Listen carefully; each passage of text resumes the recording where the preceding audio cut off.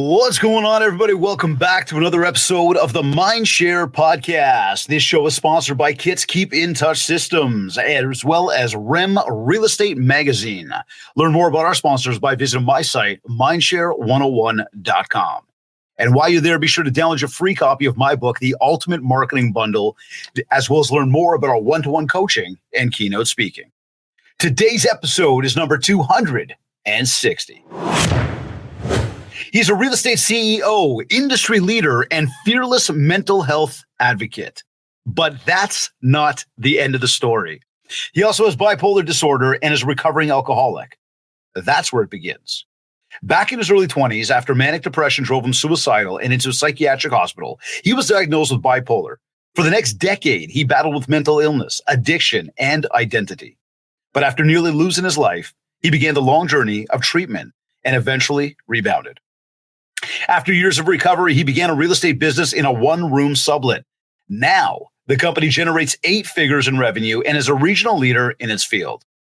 He's been featured on multiple podcasts and interviews and is the author of a manuscript about mental illness, addiction, and recovery called Coming Up for Air.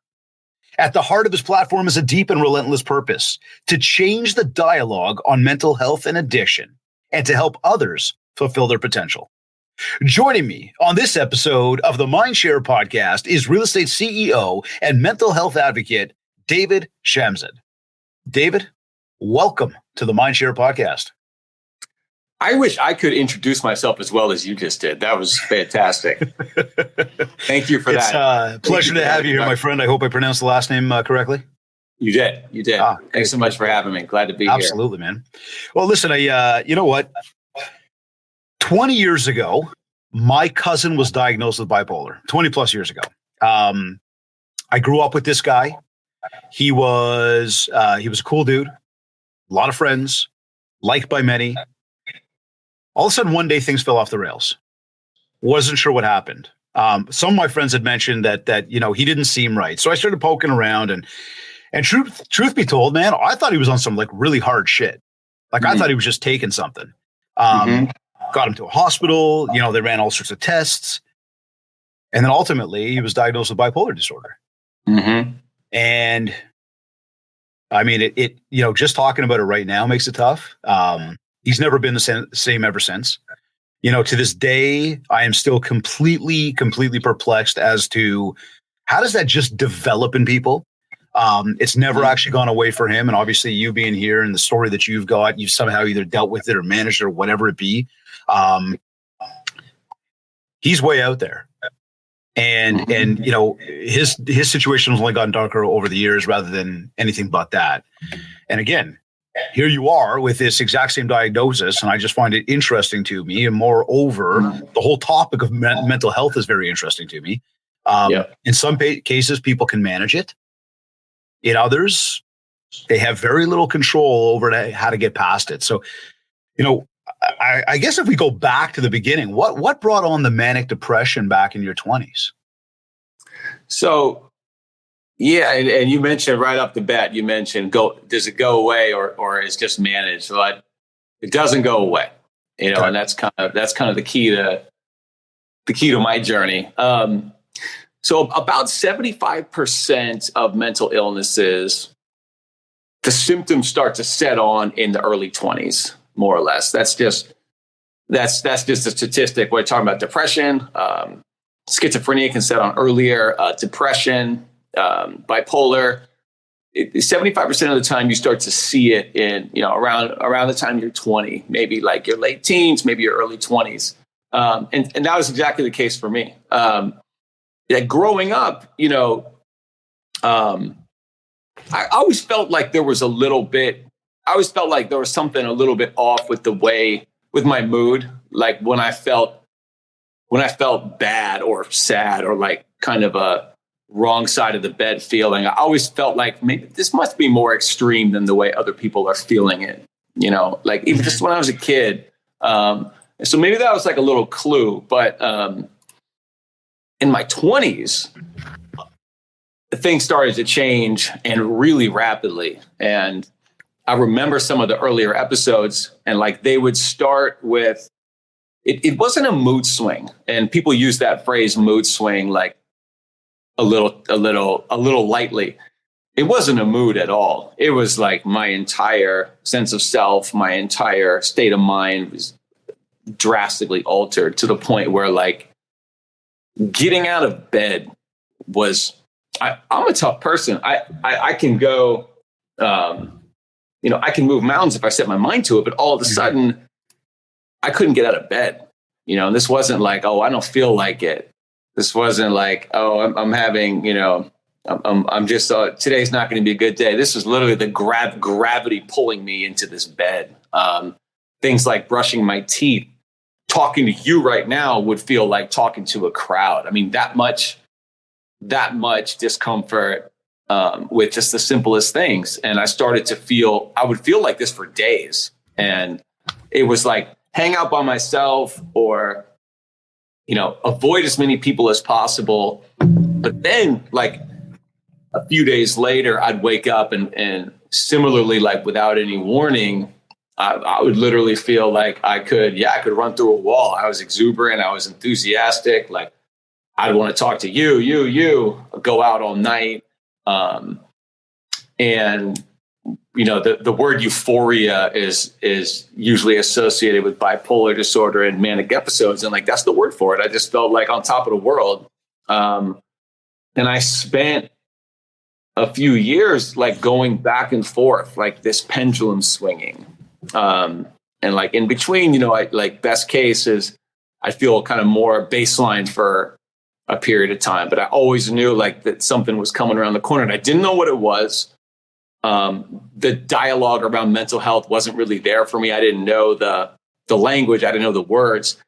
I literally thought I was going crazy. Like I thought, okay, I'm going insane. This is not right. I got to figure out how to keep this a secret. And all of a sudden things got so bad where when I was feeling depressed, I started to really believe that like, being dead might be better. That I really honestly believed that with a sense of certainty that like that would be better than going through the rest of my life that way. Because when you're in the middle of an episode, and this is really hard to explain, even though you've had them before, you could have had 12 of them, 15 of them.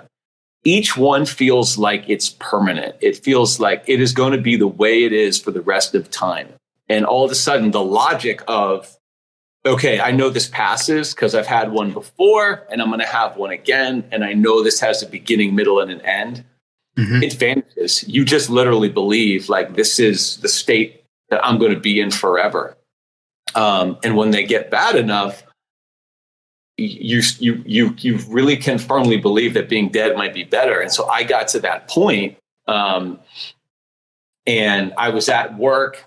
I'd been going back and forth between depression and mania. I'd lost a ton of weight, sleeping a few hours a night. And one day I'd been working for like 14 days straight. And I finally had a day off and I was so high on my own energy, this manic energy. I was so revved up that I had this thought like, okay, the only way I'm going to sleep tonight is if I use like all the energy I've got. So I'm going to ride my bike for 50 miles and then I'm going to hop off and I'm going to run a half marathon. And I had this little like course that I'd mapped out, but this wasn't my thing. I didn't like do triathlons. This was more of a spontaneous nonsense idea, but I did it. And I could have rode my bike through a wall and run through a wall. Like I couldn't run out of energy until I finally got a mile or two left in this run. And the frantic racing thoughts that I'd had for 2 weeks straight finally slowed down. And I'm like, oh, okay, great. Like I'm going to be able to go to bed tonight. And then just like that, the sun came through the windows and I knew immediately without any warning, this was the worst day of my life. I've never felt sadness like this and it's never going to go away. And I was sure of it. And within an hour, I was I tried to find my boss at work because I needed someone to talk to, like put their arm around my shoulder or whatever. He saw me and I couldn't even speak. Like tears were streaming down my face and I was choking on just trying to talk. And we worked with at-risk kids actually. So I was a social worker at the time. So there was a psychologist that always was on site.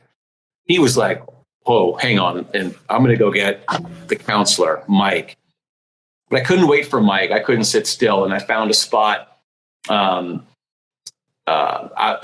by myself. And we always had a knife on us because it was like an outdoor setting. So it was a utility knife. We'd use it for we built campfires and cut lashings and this stuff. And I just had this clear thought, like, all right, the only way I'm going to feel better is if like the pain is only going to leave through a stream of blood leaving my body. That's the only thing that felt certain. And I pressed it up against my skin. And I remember thinking like, okay, skin's not as fragile as I thought. Skin's like stretchier and you actually have to kind of push and dig. And it was a vivid thought. And that was the last thing I remember. This Mike came up from behind me and tackled me and I passed out like in his arms. And the next thing I know, I woke up at a psychiatric hospital, like you said in the intro. And that was the first time anyone had talked to me, looked at me in this context, and they told me, like, you've been suffering from bipolar disorder. It's alternating phases of mania and depression. And that was like the turning point of, okay, so there are ways to manage it. Like you mentioned, it can be managed, it can be mistreated, but it's never going away. And so for the next 10 years, I didn't want to tell a soul. In fact, the first thought that I remember clearly having when I woke up, and this really ties into kind of where I am now and spreading a message around mental health. The first thing I remember thinking clearly was, oh God, what if people find out? And like, here I was on the worst day of my life. And maybe my life had just been saved and I'm in a psychiatric hospital and nothing's more important than my health and well-being. And my first thought was, what if people find out? Because that's how much stigma I felt around this idea of being crazy or mentally ill, because I didn't understand it. And so for the next 10 years, I kept it a secret. I medicated it myself with drugs and alcohol, primarily alcohol, which I knew was my steady partner through this. I knew that I'd always feel better if I had a drink. And a decade went by and the abuse got worse and worse and worse to the point of, it was I wasn't a happy drunk. It was usually a rage-filled experience or sort of a numbness. And I went to jail a few times. I always got aggressive. I got in fights in jail. And it was getting to be a really, really bad picture. And we can maybe get more into it later, but about 10 years later, events had gotten so catastrophic. And that's what pulled me to pull the plug and actually stop drinking. And that was the first step in taking care of myself was cutting out the alcohol, because you can't treat mental illness. You can't do anything when you're that addicted to a substance. So cutting that out was the first huge step towards, okay, I have a mental illness, and not only am I not treating it, like I'm making it worse. I'm triggering episodes. I'm triggering mood swings. So that was the first big step. And from there, it was just a matter of day by day, year by year, climbing towards a life where, okay, I'm caring for myself so that I can get back everything that I'm capable of. Because I was like, whatever intelligence and problem solving and creativity that I'd need to be good at work, in my profession, in a relationship, I was stifling it every day. So that's when the entrepreneurial journey began. Okay, now to come back, because one thing that I find important with these is that, and a very transparent story, and thank you for sharing that, because I think that there's a lot of people that tune in that go through their own episodes in one way or another, don't recognize why the self-talk is happening, don't recognize what the self-talk might be actually a clear description of, and don't often know how to get past it, and then live in a place where they're in silence, they're by themselves, they're struggling. And we've heard these stories from many who go through these issues of that struggle, but it's a struggle in silence. It's and you've said it a few times here of like, what are people going to think? What am I going to say to people? Right. What was some of the? I guess if we said here just before we jump ahead to like getting out of this, for anybody that's tuned into this right now, what are some triggers, some things, some red flags, some things that people can pay attention to that they might be going through by themselves? So they're listening to this right now. They're hearing your story. Maybe they're sitting there going, yeah, and kind of resonating with it. What are some, again, flags, check boxes they can do to kind of go, do I fall into this? Like, what was some of the stuff going on in your mind that you were saying to yourself? And again, how can people kind of take some of that and go, am I doing the same thing? That's a great question. And I'll start with reminding everyone, 1 in 5 people, 20% of the population have some form of mental health issue, either moderate at least to severe. So that's 1 in 5 people That's 1 in 5 people at your holiday party, at your office every day. That's a lot of people. 1 in 5. 1 in 5. And do you talk about people's mental health with 1 in 5 people? And like, no, you probably don't. And that's because of what you said, like it's not talked about a lot. It's buried. And I think a lot of that is, I think it relates a lot to stigma, right? When we feel certain things, for example, so you mentioned triggers, like a feeling of sadness, a feeling of hopelessness, a feeling of like, there is no way I'm going to get out of this spot. But those are also normal human feelings that don't necessarily mean that you've got an issue. That's something deeper rooted, right? Yeah. So a trigger, though, so that's a normal feeling. A trigger might be, or a flag, as you put it, might be what's called like catastrophizing. So things becoming way bigger out of proportion with what's really going on. So and this can happen, especially if you run a business or you're in a pretty high pressure, high stakes environment that you've created for yourselves. Like, let's say something as simple as an employee quits, or a client, chooses another agent or broker or lawyer or whatever it is that you are. That's a normal that's just the shit that happens at work. That's a normal day-to-day event for anyone owning a business. But if you find yourself almost obsessed with this, or spiraling and turning it into, this is the beginning of the end of my company, or there's no way that I can recover from this, and recognize okay, am I making this bigger than it is? And it's very hard to recognize in the moment that you are. You don't actively have the presence of mind to know that you're blowing something out of proportion. So I was going to ask you exactly that, eh? Like, what about somebody in business who's sitting there thinking, like you just said, they didn't get the deal. Somebody told them no, and all of a sudden, say it again, catastrophizing? Catastrophizing. Yeah.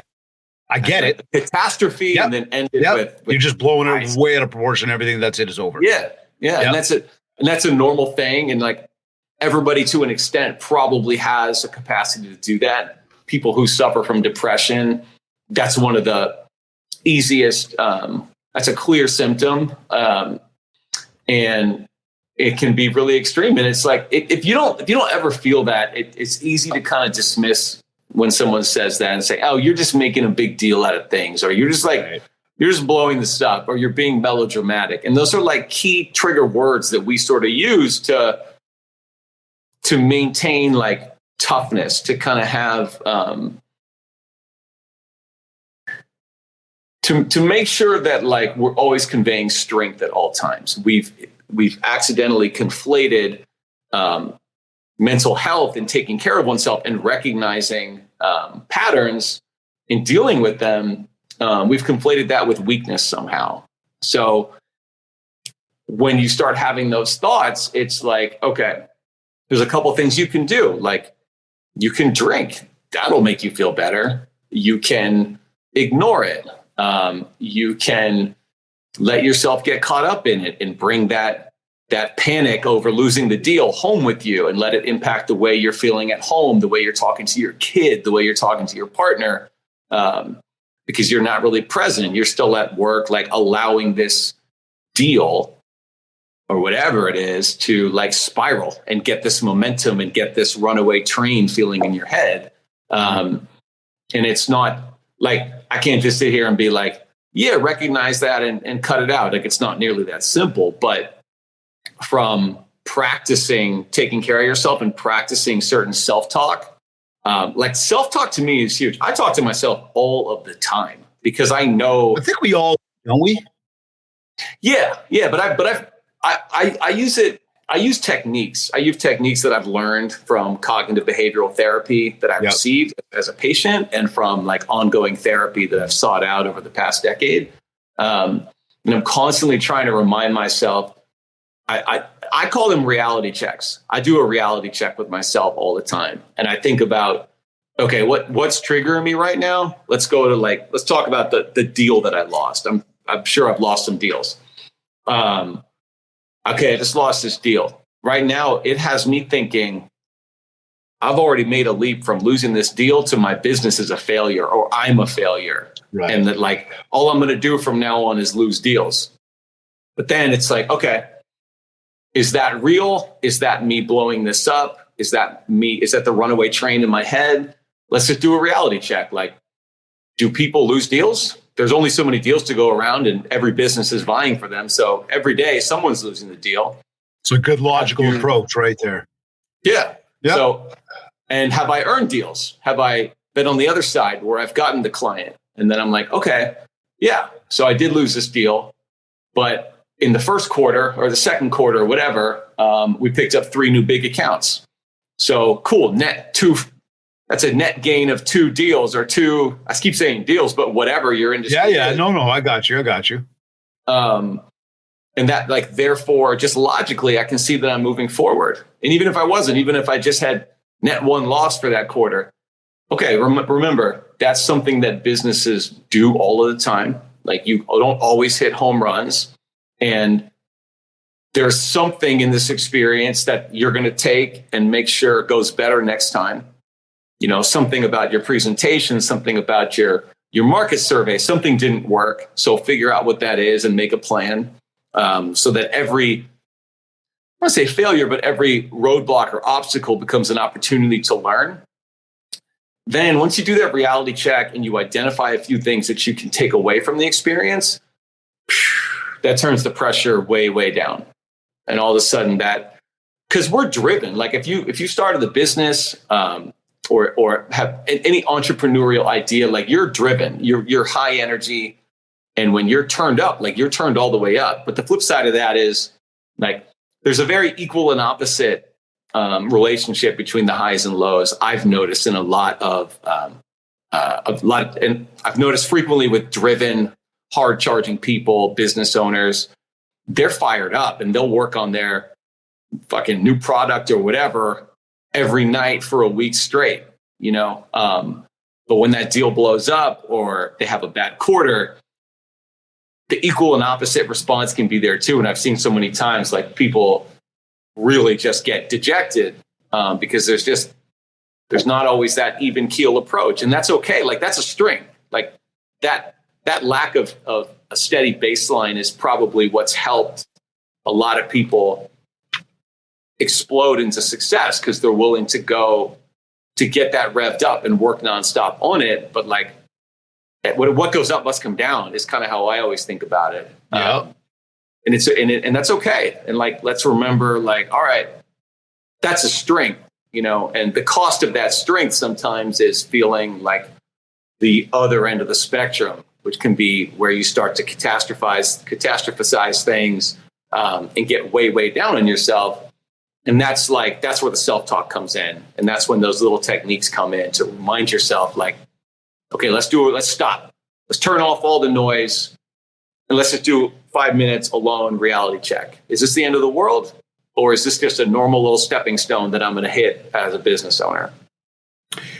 I think so many people deal with this. You say 1 in 5. I don't know. I mean, I know that we've seen some incredible stats out there with regards to how many people are suffering. Mm-hmm. And recognizing that, part and parcel of that is just how we treat others on the other side of things, whatever it be, and just recognizing that, again, your actions, the things you say to people, they're going to impact. And you've got to be just cognizant of how that's going to impact somebody, because you have no idea what somebody else is dealing with. And it's not to say to, somebody does something stupid or whatever, accept stupidity. But like sometimes too, shit happens and people are going through something. Right. They don't necessarily realize what's going on. Mm-hmm. And there's a lot of self-talk going on with those people. And I think that when we look at the action steps there around, and look, we talk about habits, right? And habit has a trigger, it's got an action, it's got a reward. Mm-hmm. Well, when you look at in this case here, and I'm listening to you and I'm going, okay, so it's one thing to know what to do. It's another thing to recognize that the moment's actually happening. Mm-hmm. And then it's a completely next level to go, hey, that's a trigger for me to be cognizant of the fact that I now need to have this logical conversation with myself to say, like you said, do people lose deals? Because I mean, the minute you said that, I'm like, well, yeah, everybody loses deals. Yeah. It's a logical, eye-opening statement. Right. And I think what it does is it brings a sense of clarity to anybody. But I think that the recognizing that you're in the moment, mm-hmm. and having the mental capacity to trigger yourself or recognize that there is a trigger there and you just got to take action to now have the logical conversation. I think that is probably some of the toughest thing for anybody.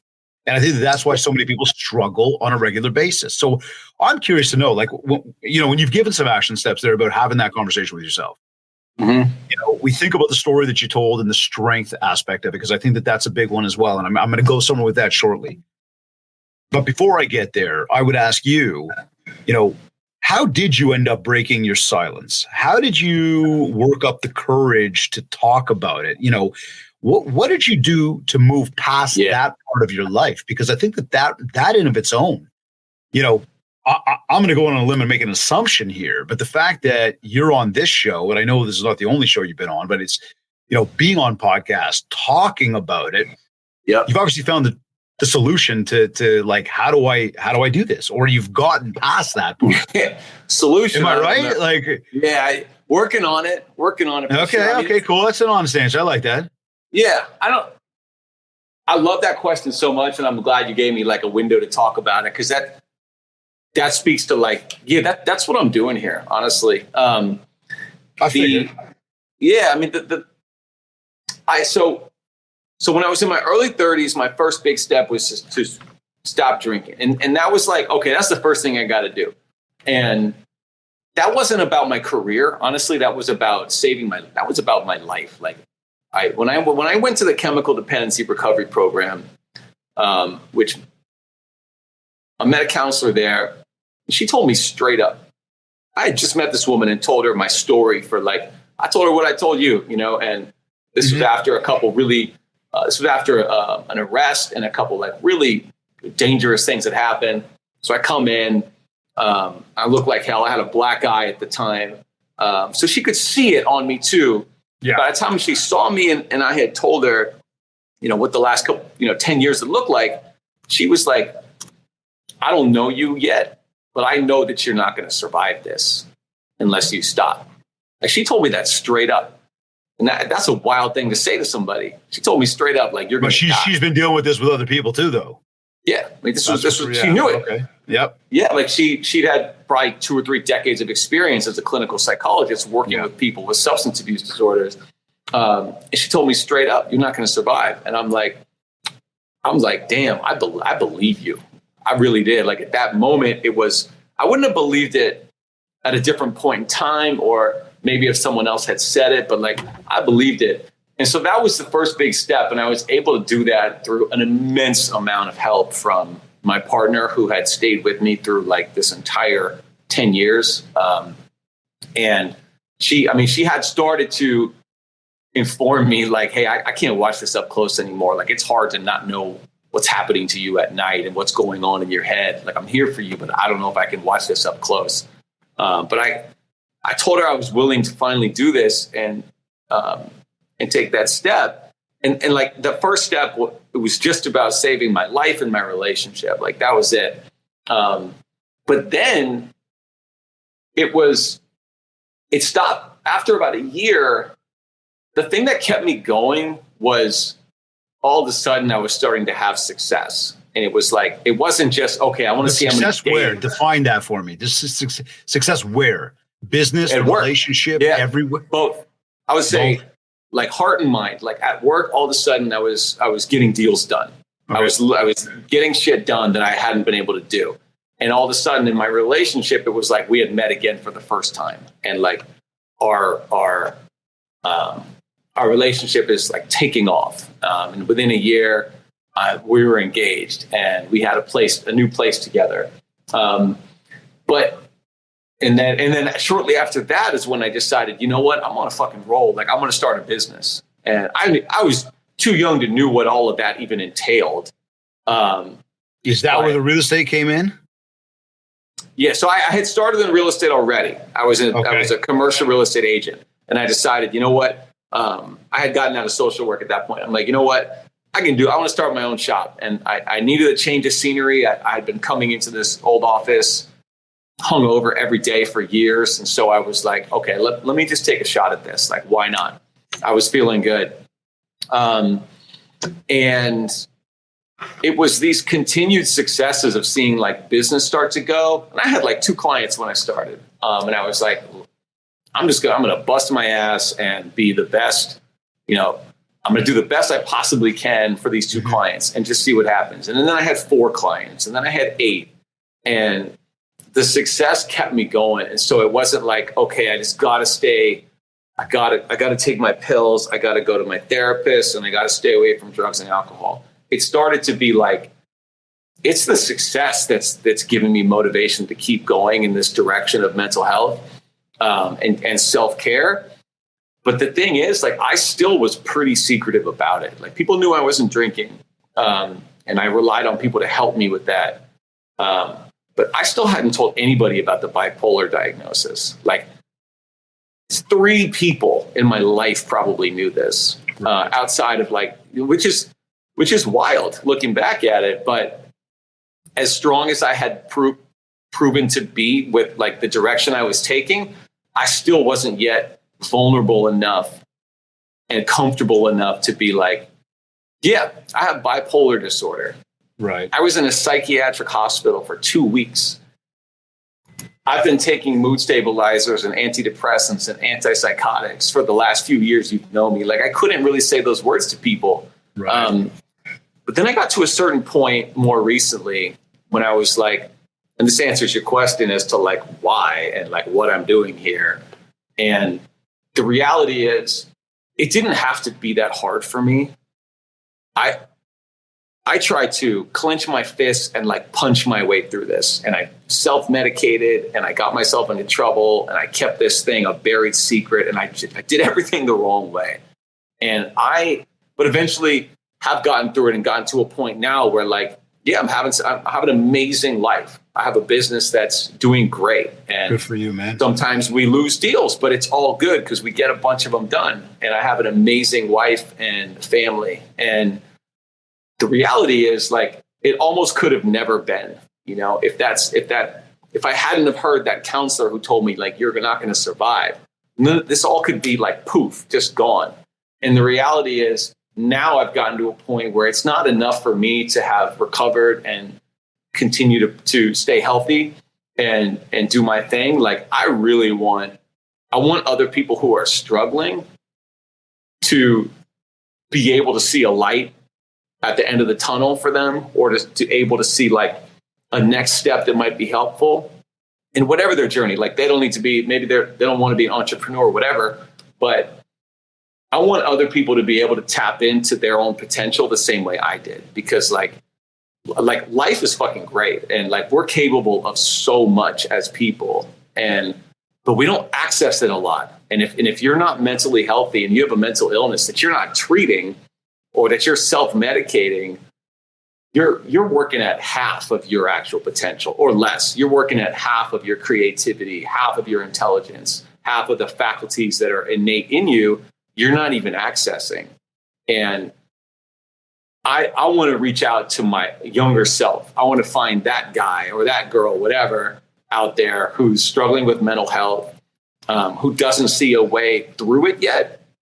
I want to connect with them so that they can not make it as hard for themselves as I did, so that they can get to where they want to go and set goals. Because it's not just like, okay, great, you're sober and you're taking your pills every day, punching in and punching out the time card of life. Like, what's after that? Like, you can start a business, you can be an artist, you can make movies, you can do whatever that dream you had was, but it starts with like self-care and mental health. It you know what it really does, and it's a big part of it is a mindset around what you believe in, who you are, what you're accomplishing versus what you're not, which has been, an underlying topic to even today's discussion around, again, I lost the deal, or I lost the whatever, or I'm not getting, and then catastrophizing, I got it, right? Looking at that though and going, what's that impact to the bigger part of me and who I am?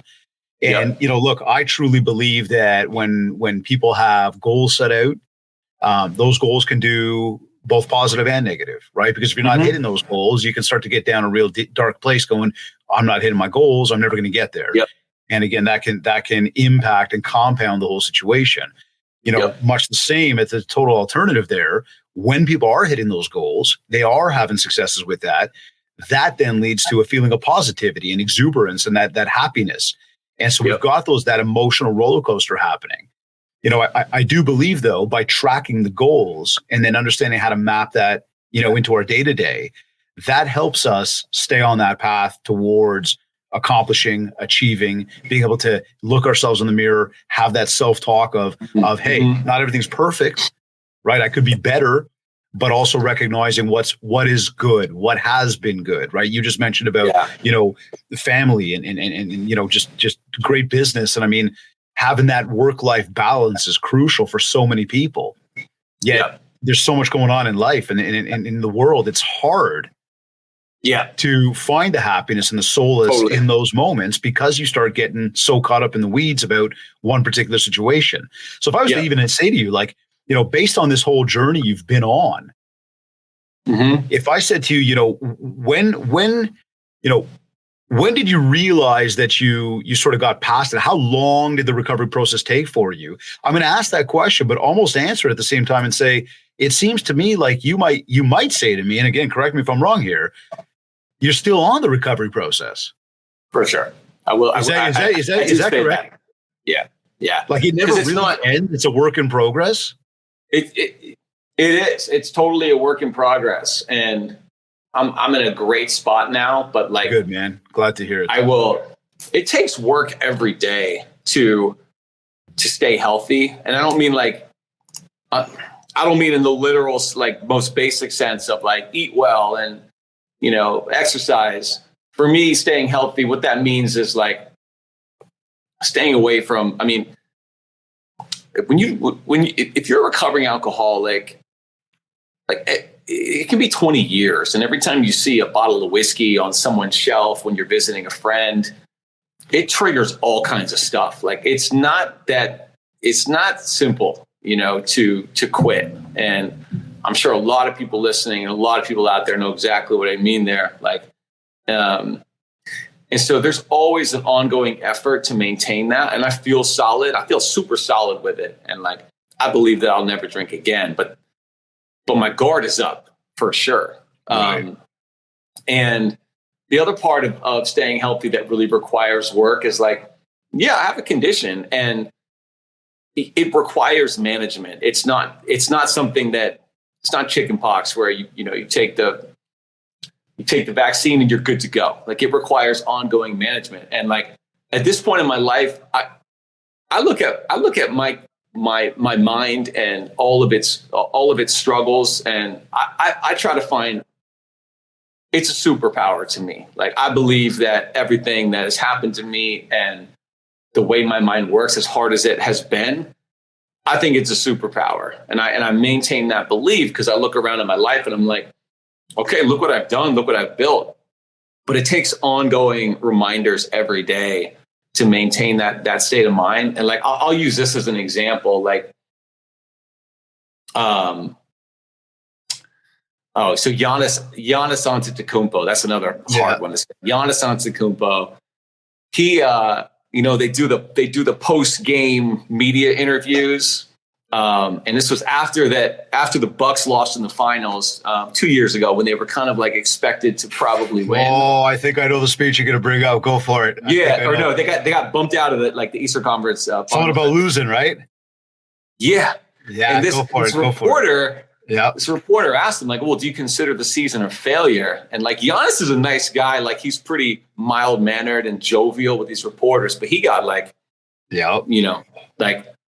got offended. And he went at the guy and said, a failure? No, of course not. Like, did you get a promotion this year? Like, did you get, the new title? No. Was it a failure? Was your whole last year a failure in being a reporter? Only one team wins every year. Like, is everybody else a failure? Was Michael Jordan a failure on the other 8 seasons that he didn't win a ring? And I loved that one, because I love sports and I can connect and identify everything around sports. But it was so simple and so true. Like, no, it is a long, slow journey to get to where you want to get, and it is never going to be handed to you, and it's never going to happen overnight. It's like you put in work every day, and there's ups and downs over a decade or a lifetime, and that's all to hit a few key accomplishments. And like, to say that everything in between, to say that lost deal we talked about earlier is a failure, that's insulting to everything you've worked for. Because 1, you put yourself in a position to even get that deal. 2, you're going to learn from it and figure out what to do next time to win that deal, or in his case, win that championship. And so I love that. And I think about it often, like, no, there's no failure as long as you're working and you're committed every day to what you're trying to do. There ain't no failure at all. The only failure is if we can give up or we can get that discouraged. So here's the thing I try to remind myself, and it's kind of a euphemism that I use to avoid that discouragement. Because if I had said 11 years ago, okay, I want to start a business and I want to make, 8 figures in revenue, and I want to have like 60 employees, and do this much volume, I'd have been like, fuck that. Like, how the hell am I going to do that? Like, I have a sublet and I share an office with this guy. This is amateur bush league stuff. But I remember, okay, and this is the saying that I use for myself, and try it on if it works for you, listeners. Don't look at other people's plate. Like, don't look at the plate of the guy that's got more. Don't worry about what's on his plate. There's always someone who's got a bigger company, a bigger show, a bigger platform, a bigger fucking whatever. There's always Michael Jordan. If you're Steph Curry, there's someone with 6 rings, not 4. And like, don't look at that plate, and don't look at the plate of the guy that's got less, because there's someone that's got less too. And like, that's just your ego if you're looking at his to feel bigger. Mm-hmm. And that's insecurity if you're looking at the guy with more. There's always someone that's done more. The only thing you should be focused on is this. What I believe, the only thing that I should be focused on is what I can do today to inch forward a little bit on my long-term goals. Like, don't worry about the big picture of what you want to accomplish in 3 years or 10. What can I do today to get like a notch closer? Okay, I'm not going to double my business overnight, but like, what are the hard things I can do today? Okay, if I'm growing my business, maybe today that means like, I'm going to do, 3 new client cold calls and, work on some new marketing concept. Cool. Awesome. Those are hard things.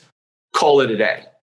Like, take that home and be like, I kicked ass today. Like, it's not snapping your fingers, but if you do that every day, if you identify the 2 or 3 or 4 hard, challenging things that the kind of CEO that you want to be would do, and you do those every day, like, that adds up. Like that. Dude, this is when I came back to the goals. Okay. When I mentioned about the goals and then I said, what do I got to do in my schedule, mapping it out to know what I got to do. Yep. This is where, again, we've come up with that plan that, we've helped many people with, find that success, find that happiness, find that, that achievement through those little actions you take today. Right. Because that's what it is. Like I was on a coach call this morning with a client of mine and, he says, I'm really struggling with video. And I said, all right. I said, what's the struggle? He says, and I said, look, okay, we'll get into that. I said, but you're not struggling with video. You're finding your way through. He goes, well, how do you say that? I said, didn't you just send me a video that you asked me to review for you? He said, yeah. I said, so you actually got in front of the camera, you pressed record, you decided to share it with me. Now we're having a conversation about how to make it even better than it is. That's You're awesome. not struggling, you're learning. I love that. I love that. And he kind of is like, oh, you know what? You're right. And so it's that empowerment, right? And as you were bringing up about, not looking at other people's plate, I love that. It's funny because we were sitting in the change room at hockey last night. I was talking to one of my to the manager for our hockey team, and we were looking up because we're talking baseball, and I'll talk to you about that later. But we're talking about Shohei and what's you a baseball fan? Not as much as basketball. All right. You're in California, so you guys got a bunch of baseball teams there. But with the Padres, having Machado and Tatis, and we started looking up their salaries. Machado's doing like $45 million a year. Then all of a sudden we look at Tatis, and he's like $25 million a year. And we started to have a funny joke about these two dudes sitting in a room, in a locker room together, getting ready to play ball. One makes $25 million. He's the man. Like that's fuck you money right there per year. Yeah. Yep. Yet he's got this dude 3 stalls away making $45 million. Yeah. Right. And it's very easy to sit back and say, holy shit, who am I? Right. Much the same though. And I think your message, and clearly to me at least, is if you're looking at other people's play, you're never going to be satisfied with what you got. For sure. Well, there's no reason in the world a $25 million a year baseball player should not be satisfied with what he's got. That is a shit ton of money. Right. So you got to find that solace. You got to find that happiness in those self-accomplishments. Yeah. So it definitely rings home. And that Giannis video was wicked. I loved it. Awesome. And it was and it was so organic and on the spot for him. And it was so articulate. And he owned that reporter. Well, but totally do you think that especially in the business world and the real estate world, that the social media aspect takes people down a dark path? I mean, there's a lot of good for it. You can leverage it in great ways, but it can be leveraged in great ways, but it can also be, it can take you down a dark path. It can be really discouraging.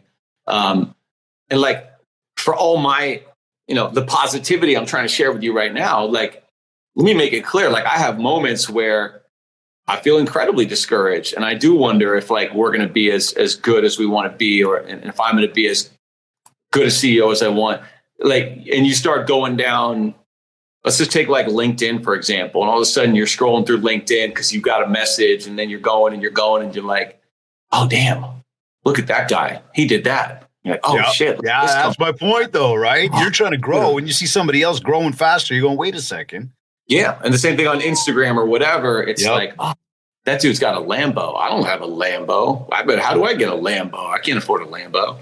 And I don't particularly want a Lambo, but you see what's projected out there on social media. And it's you talk about not looking at other people's plate. Social media puts a ton of plates to look at, and it's very hard to stay focused. I have a guy, this is a client of mine, and I'll kind of relate this to, this relates to Mikado and Batiste. So he's a peer. We're the same age. We've been in the business for the same amount of time.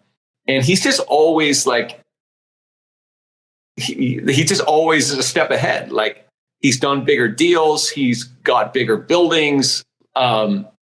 He's just kicks ass. And I love the dude. He's awesome. And I've learned a ton from him. But the other night we went to a Warriors game. And he was telling me, it's so what are you working on now? What are you and your partner doing? And he's like, oh, we're about to close on a $65 million building in It was in one of the mountain states.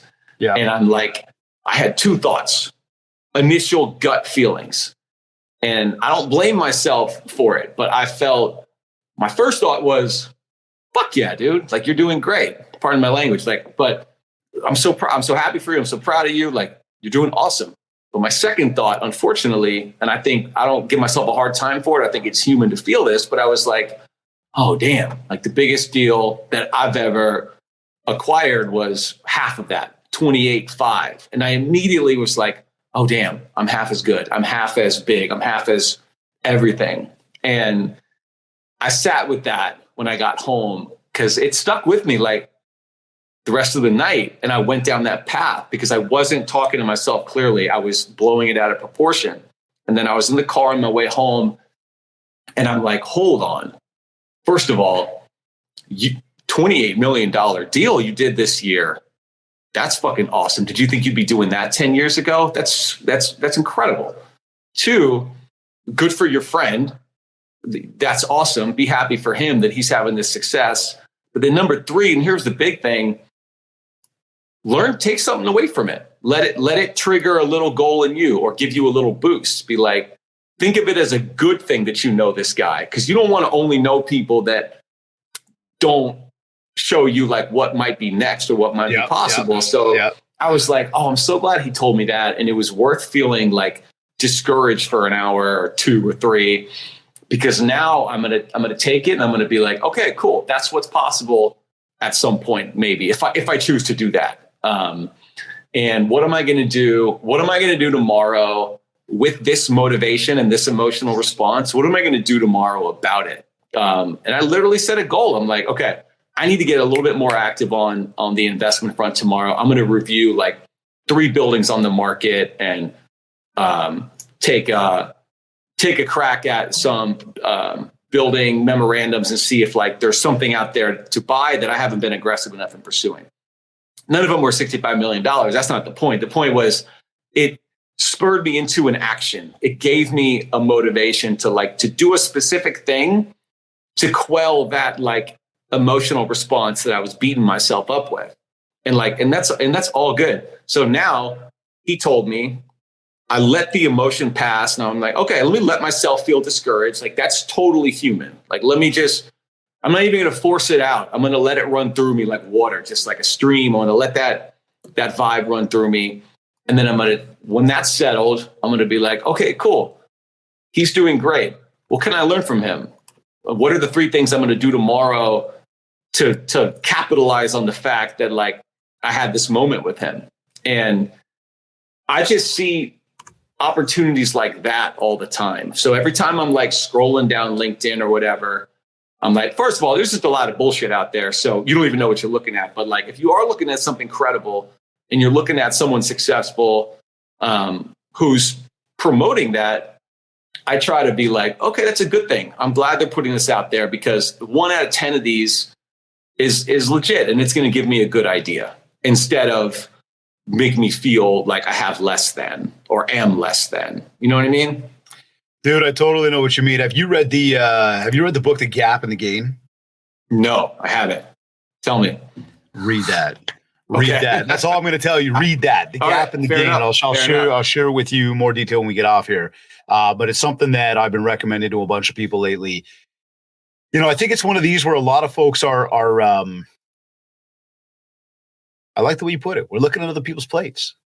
Yeah. Right. When you look at social media, it happens all the time. Right. And that's why, again, part of the learning here, the stuff that I try to share with it, it comes back to, you've got to control the way you go through social, because like you said, you're looking at a lot of plates in a very short period of time, and it's very easy to bring yourself into a negative space. Taking control of how much time you spend on it as a particular channel that we talk about, because I believe that, again, it has amplified. I mean, look, it's given power to the keyboard ninja. It's given power to the person who's got an opinion about anything.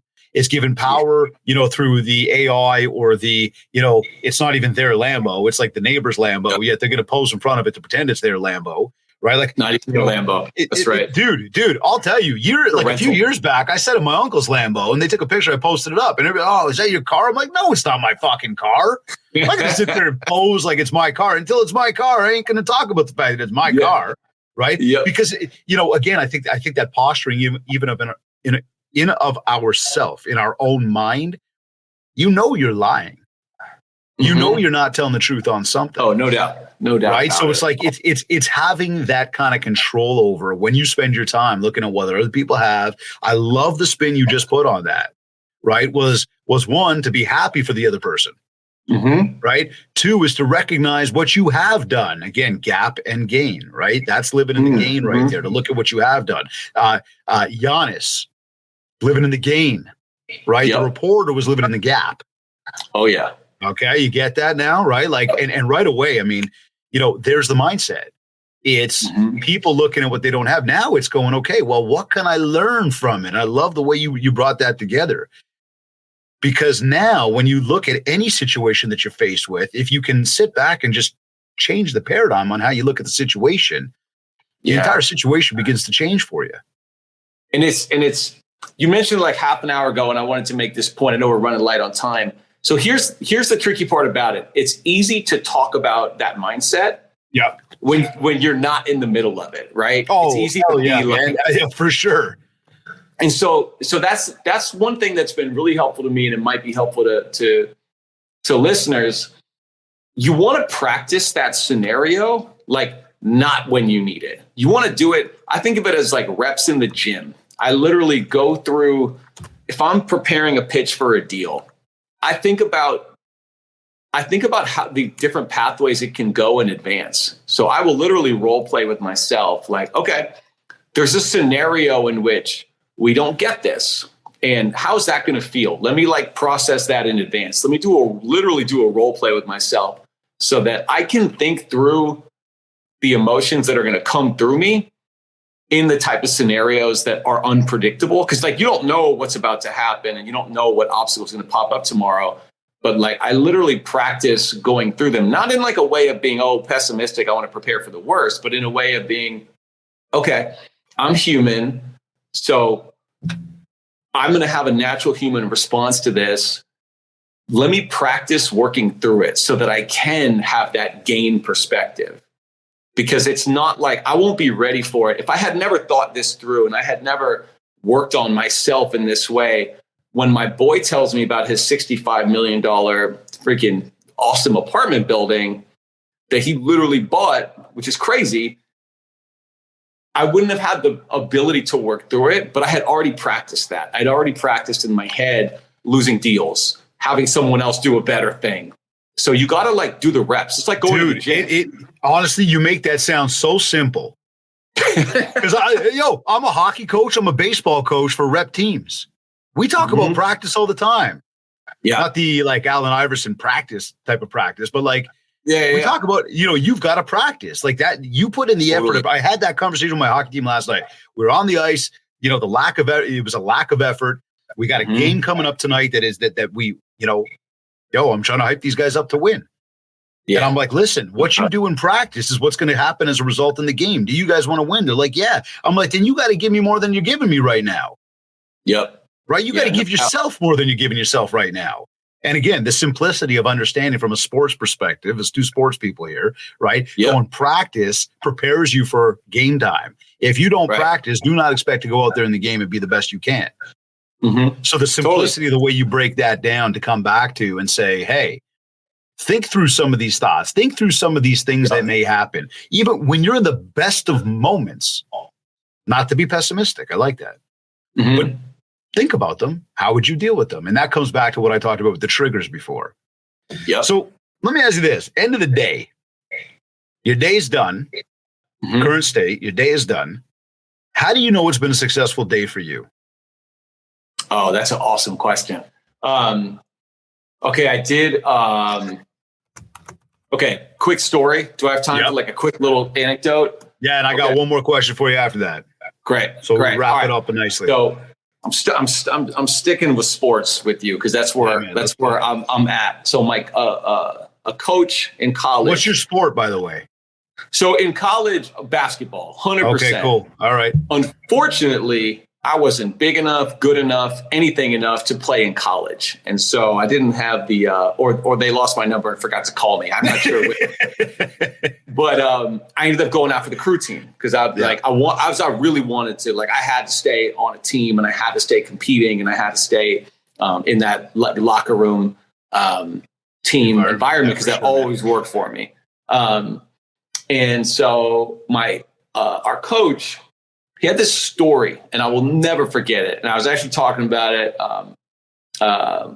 recently on a show. So, kid comes downstairs for breakfast and looks down at this plate, and he's got the ham and eggs. Okay, and his pop wants to teach him a lesson, and he says, "Son, look down at your plate. That chicken made a contribution to your breakfast, but the pig made a commitment." And I love that story because he's got chicken lays an egg. Cool. The pig's a goner. And that pig made a commitment. And so I think about this a lot. And I'm like, a success every day for me where I can go home and feel solid is not the outcomes. Like, it's never going to be the wins or the losses. It's always going to be, did I commit? Did I make a plan in the morning and did I execute? And did I always choose to do the harder thing? Like, I've got plenty of decision points every day, and they can be as simple as like, let me check out for a second and play like this Scrabble with my fucking friend online that I've got to do. Yeah. Or choose that little moment of discipline that's in front of you and say, no, like, stay focused on this boring spreadsheet. All right. Or might be as simple as like, you know what? Business is fine. We're good. We're growing a little bit. Like, I don't really need to like bust ass today. Or it's like, no, remember your goals. The goals weren't to be fine. So determine the harder thing to do today, right? Make the commitment. Don't just show up and contribute, but show up and commit. And as long as you're doing that every day and like making sure that every day of the journey is never wasted and that you're always fully committed, like, that's enough for me. That's success. Because like, there's just no way. There's no way you can go home and rely on the wins and losses, because there are way too many losses throughout the course of a career or the life cycle of a business.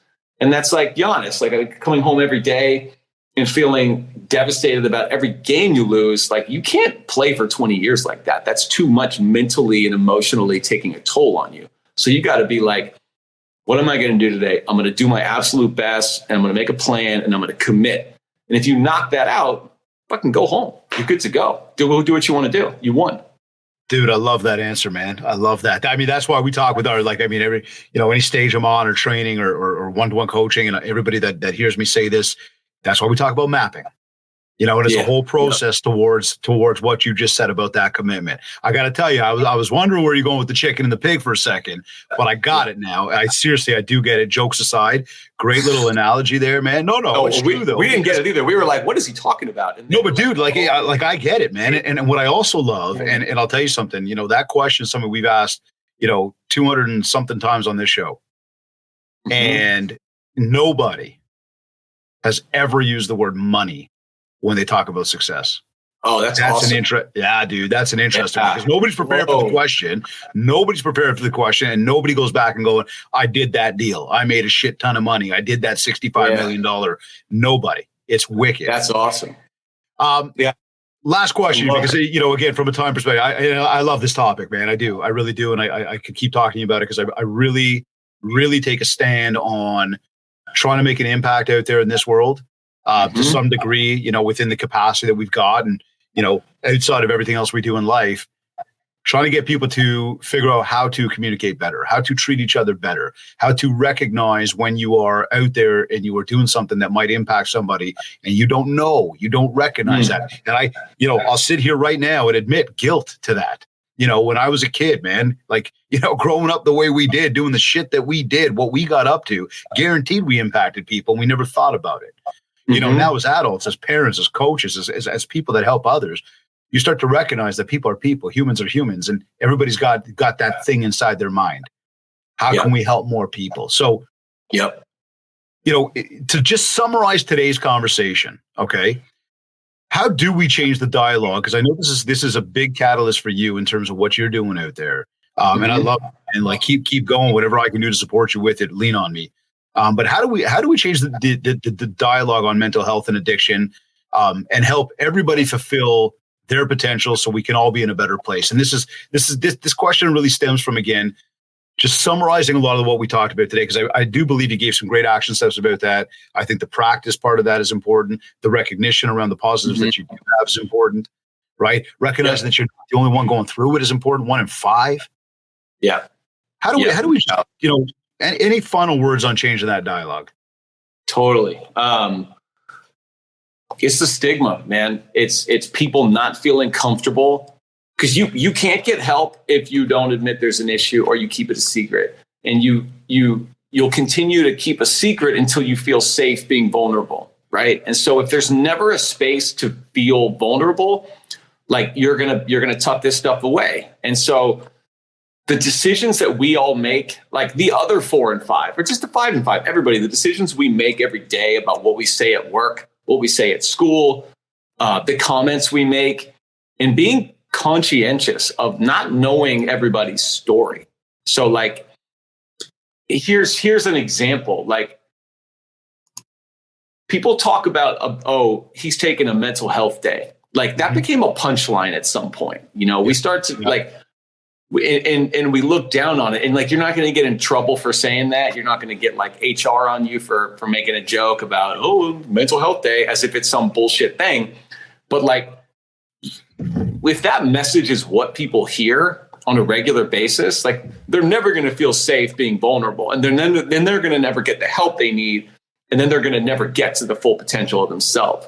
So like, I want to live in a world where, and I want to help contribute to building a world where everybody feels supported and safe at any point in time to be open about their mental health and get what they need for it without fear of judgment, without a stigma around it. Because what are we going to do if we don't go that path? We're going to find other ways to help ourselves. And that might be just poor, that might be drinking, that might be poor choices, that might just be living a life that's just less than your potential. So we all got to, as a group, as a community, as society, whatever, we all, I think, should take responsibility for making sure that space is created. And that's just the little decisions every day. And like, not using words that might trigger someone. Like, they might not trigger you to say like, oh my God, like they're acting so crazy again. But like, maybe someone else in the room hearing that, maybe it impacts the way they feel. Maybe they've been dealing with something where they felt, they've been in the hospital like I was, and I thought I was crazy. So maybe me hearing that just makes me feel less likely to want to be open about it. And it's not that hard. Like, it's just about caring enough to be conscientious about what we say, because we really don't know what everybody's story is and what they're going through. So I think hopefully that's an answer to your question. Like, everybody can chip in on that a little bit, I think. That is a great answer to the question. I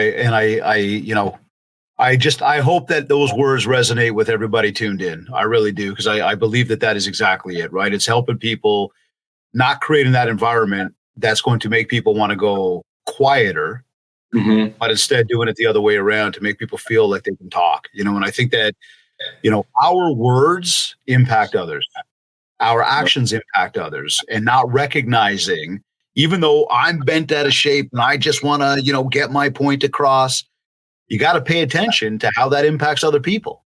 Yep. Because you never know what you're doing with your words, no matter how much you stand on the side of what you believe in, and how much you want to get your point across. You've got to recognize in the way you're saying things, and the words and the choices you're making on how that might impact others. It doesn't mean stay away from what you believe in. Moreover, just pay attention to how you're going to impact somebody else on that. Even if you don't want to do it for others, there's a self-serving part of it too. Let's say you're a manager of a team in a company. Like, if you have a team of 5 and that one person feels better every day coming into work because of the environment you've created that's tolerant, that person's going to be more productive. Yeah. Cool. Then all of a sudden your team's more productive. Then whatever check marks like move you further along, those are improving because you've created a space where like everybody's got, you need a good quality of life in work to perform well. If people are scared of that, like they're in a spot where they know at any moment someone's safe to say something that might trigger them because there's no care or discipline or conscientiousness in the workplace, they're not going to be as good a performer. Like there's just no doubt about it. Right. And so no, for sure. There's just a logical, practical application here too. Like create a company that espouses the kind of values we're talking about. And then for the people that don't need it, no big deal. But the people that do, all of a sudden they've got a pathway to be a star. Whereas before they were kind of held back. And then cool, you're making more widgets, you're doing more deals, you're doing whatever the fuck your company does at a higher level, you know, just because of the environment you created as a manager or as a business owner or whatever. Some sage advice, my man. And I think that not just the environment, physical environment, but for everybody, just keep that in mind. That goes right into the digital environment because we all play within that arena. The world has become a lot either bigger or smaller. I don't know which one it is. We are certainly more connected, and therefore there's more, readily available to be able to help impact people for, unfortunately, the negative. Moreover, what we want is the positive. So, Dave, some, a powerful story. I congratulate you on the recognition of what was going on and finding that help and being able to be here with us today versus not. Because that was obviously a very real moment in your world. And I just, the ultimate strength right there, bigger than going to the gym and working out physically, it's that mental mindset. So, a big nod to you for being able to power through that, my man. And I know that it's a daily thing. It is not there was not a finish line to that. Hence where the question was earlier in the show here. But the strength to keep going and be resilient enough. Congratulations to you, man. And just all the power to you. Keep it up, really, brother. You're inspiring many, for sure. And I thank you for joining us today and just sharing the story. You got it. Thanks for having me. Thanks, brother. Stay tuned, okay? Stay with us. Okay. You're either listening to this on one of your favorite podcast platforms. Maybe you went to my website, mindshare101.com. While you're there, be sure to download your free copy of the Ultimate Marketing Bundle, our 31-page ebook, including your free 90-day social media content calendar to help you build more Mindshare so that you get more market share. A reminder as well that if you want to talk about personalized one-to-one coaching and in-person keynote talk for your upcoming event and or ongoing virtual training, just get in touch with us. We'll set up a consultation call, learn more of what you're looking to achieve and how we will help you do just that. For all inquiries, just get in touch with us today. For everybody, please don't forget to leave a review of this podcast at www.ratethispodcast.com/Mindshare101. That'll take you very quickly to, let's say, Spotify or iTunes or whatever platform you listen on. But once again, please leave us a review. We'd be super grateful for that. Also, connect with me on Facebook at Mindshare101 and on Instagram at David Greenspan101. Just before we sign off, I want to say a big thank you to our sponsor for today's show, Kits Keep in Touch Systems, as well as REM Real Estate Magazine. Thank you for sponsoring the Mindshare podcast. And for everybody, please be sure to visit my website, mindshare101.com, to learn more about what these powerful companies will do to help you grow your business. This has been another episode of the Mindshare podcast. Thank you for tuning in.